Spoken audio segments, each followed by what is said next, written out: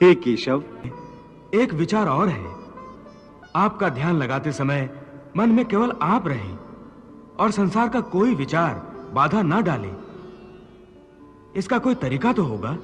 हाँ, एक आसान तरीका तो है, परंतु वो कोई विधि नहीं है, बल्कि एक गुर है, एक योगिक कला है, जिससे ध्यान लगाने में बड़ी सहायता होती है। वो आसान तरीका, वो योगिक कला क्या है मधुसूदन?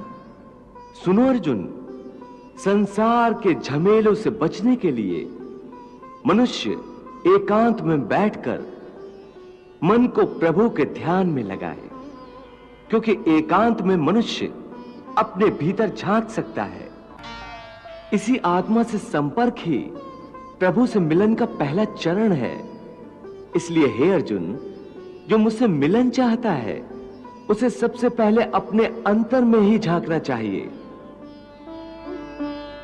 और यह तभी संभव हो सकता है जब मनुष्य का अपना शरीर उसके नियंत्रण में हो।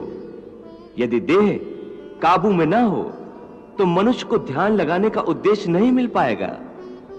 हे अर्जुन, जब तक मनुष्य अपने अंतर की शुद्धि नहीं कर लेता, परमात्मा से ना तो संपर्क कर सकता है और ना ही आत्मा परमात्मा में लीन हो सकती है। और यह भी समझ लो कि जब ध्यान लगाने का पहला उद्देश्य, क्योंकि अंतर शुद्धि है, इसलिए वो स्थान भी पवित्र होना चाहिए जहां ध्यान लगाया जाता है। परंतु वो मनुष्य मुझ में ध्यान नहीं लगा सकेगा जिसके जीवन में संतुलन ना हो। ध्यान लगाने में सफलता के लिए मनुष्य को संतुलन का पालन करने वाला होना चाहिए।